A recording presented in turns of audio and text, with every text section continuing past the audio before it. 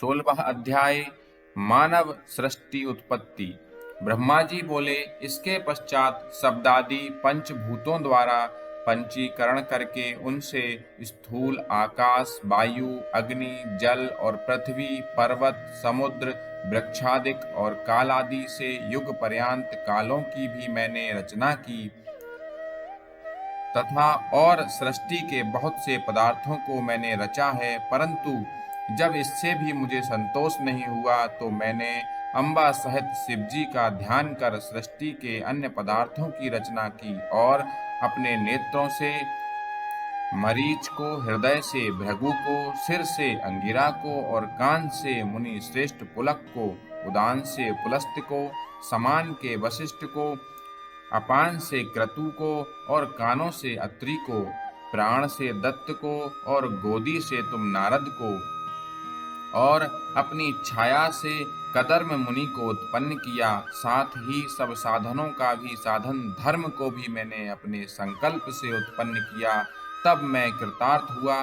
फिर मैंने अपना दो रूप किया। मैं आधे से नारी और आधे से पुरुष हुआ, जिसमें परम साधक पुरुष स्वयंभू मनु और शतरूपा नाम वाली योगिनी एवं तपस्विनी वह नारी हुई, जिस परम सुंदरी को ग्रहण कर मनु ने विवाह की विधि से मैथुन द्वारा सृष्टि को उत्पन्न किया। तब उससे मुनि जी ने प्रिय व्रत और उत्तानपाद नामक दो पुत्र तथा आकृति, देवहूति और प्रसूति नामक 3 कन्याएं उत्पन्न की और आकृति को रुचि नामक मुनि को और देवहूति को कदर्म मुनि को दिया तथा उत्तानपाद को छोटी बहन प्रसूति को दक्ष प्रजापति को दिया, जिनकी संतानों से चराचर जगत भर गया। फिर आकृति में रुचि द्वारा दक्षिणा युक्त यज्ञ और यज्ञ की दक्षिणा में 12 पुत्र उत्पन्न हुए। फिर देवहूति में कदर्म मुनि से कपिल मुनि उत्पन्न हुए और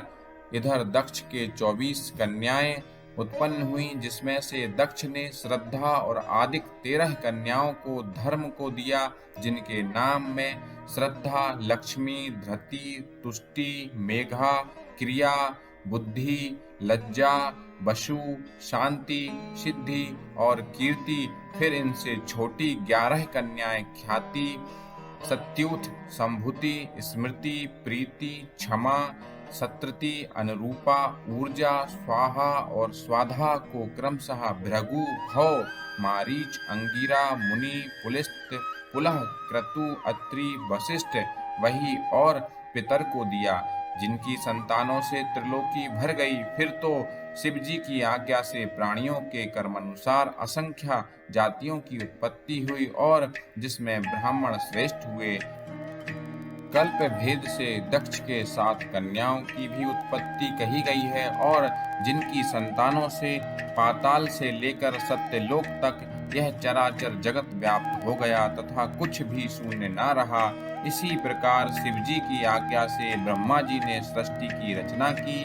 सदाशिव ने त्रिशूल के अग्रभाग से सती की रक्षा की, जिन्होंने सर्वव्यापी विष्णु जी ने अपने प्रभाव से पहले ही निर्माण किया था और भी कन्याएं दक्ष जी से लोक कल्याण के लिए ही प्रकट हुई थीं। इस प्रकार शिव जी ने भक्तों के उद्धार के लिए बहुत सी लीलाएं की, जिनका वाम अंग बैकुंठ और दक्षिण अंग में हूँ। इस प्रकार मैं विष्णु और रुद्र यही 3 गुण इधर प्रधान हुए और उधर इसी प्रकार सद, रज और तम 3 गुणों से जिनका मैं स्वयं प्रधान हूँ, उसमें से रजोगुण वाली सुरा देवी तथा सतोगुण वाली सती और तमोगुण वाली लक्ष्मी प्रकट हुई। सती के परा और शिव, उमा ये 3 रूप हैं, जिनमें यही शिवा सती के रूप में शंकर के साथ ब्याही गईं और पिता के यज्ञ में शरीर त्याग कर नारद से अपने पद को प्राप्त हुई। फिर पार्वती होकर तप करके शिव जी को मिली, जिनके कालिका, चंडिका, भद्रा, चामुंडा, विजया, जया, जयंती, भद्रकाली, दुर्गा, भगवती, कामाख्या, कामादा, अम्बा, मृडंगिनी और सर्व मंगलदायक मुक्ति शांतिदायक नाम हुए।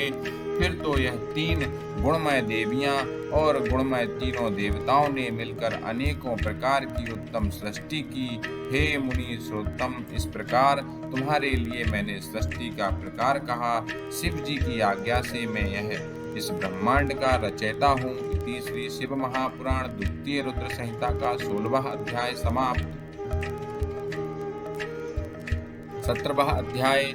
सूची कहते हैं कि जब इस प्रकार ब्रह्मा जी ने कहा तब नारद जी ने नमस्कार कर विनय पूर्वक फिर पूछा कि हे ब्रह्मा जी, शिव जी कैलाश पर कब आए और महात्मा कुबेर के साथ उनकी मित्रता कहाँ हुई और वहां रहकर शिव जी ने क्या किया, उनका यह सब चरित्र मुझे बतलाइए। ब्रह्मा जी कहने लगे, हे नारद, जिस प्रकार शिव जी कैलाश पर गए और कुबेर के साथ मित्रता की वह सुनो। कंपिल्य नगर में एक यज्ञदत्त नाम का ब्राह्मण रहता था, जो यज्ञ विद्या में पारंगत था। उसके गुणनिधि नामक एक पुत्र था, जिसकी आयु उस समय 8 वर्ष की थी और उसका यज्ञोपवीति हो चुका था तथा उसने भी बहुत सी विद्याएं सीखी थी। परंतु पिता से छिपकर वह जुआड़ी, खेल कूद में संलग्न और गाने बजाने वालों का साथी हो गया। उसने ब्राह्मणों के आचार त्याग, संध्या वंदन आदि से रहित, ब्राह्मणों की निंदा में रत और पाखंडियों तथा भांडों का साथ कर लिया था। माता के कहने पर भी वह पिता के समीप नहीं जाता और पिता तो घर के कार्यों में दीक्षाती में संलग्न रहा करता था। और जब घर आकर अपनी स्त्री से पूछता कि इस समय गुणनिधि कहाँ गया है, तो वह कह देती कि इसी समय कहीं बाहर गया है, कहीं स्नान या देवताओं के पूजन के लिए गया होगा। एक ही पुत्र वाली होने के कारण वह माता दीक्षित को ठग लेती। निदान ग्रह सूत्र के अनुसार दीक्षित ने उस पुत्र का विवाह भी कर दिया। माता नित्य पुत्र को समझाती कि तुम्हारे पिता बड़े ही महात्मा और क्रोधी भी हैं। तुम अपनी बुरी आदतों को छोड़ दो, अन्यथा जब वह तुम्हारे इस चरित्र को जान लेंगे तब तुझको और मुझको दोनों को मारेंगे। तुम्हारा कुल बड़ा पवित्र है, तुम यह जुआ आदि निंद कर्म क्यों करते हो? हे पुत्र, इसे त्याग देने में ही तुम्हारा कल्याण है। परंतु कहाँ की बात माता के समझाने का उस पर कुछ भी प्रभाव ना पड़ता। एक दिन उसने घर में रखी हुई पिता के हाथ की अंगूठी को चुराकर किसी जुआड़ी के हाथ में दे दी।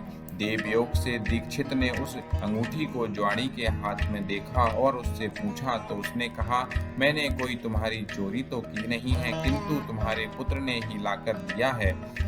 वह अंगूठी ही नहीं किंतु उसने और जुआड़ियों को भी बहुत सा धन लाकर दिया है। परंतु आश्चर्य है कि तुम जैसा पंडित अपने पुत्र को क्यों नहीं जान सके। लज्जा के मारे दीक्षित का सिर झुक गया और सिर झुकाए और वस्त्र से अपना मुख ढके हुए अपने घर गया और घर में जाकर पत्नी से बोला कि हे दीक्षिती की धूर्त पत्नी, भला यह तो कहो कि वह तेरा गुणनिधि पुत्र कहाँ है?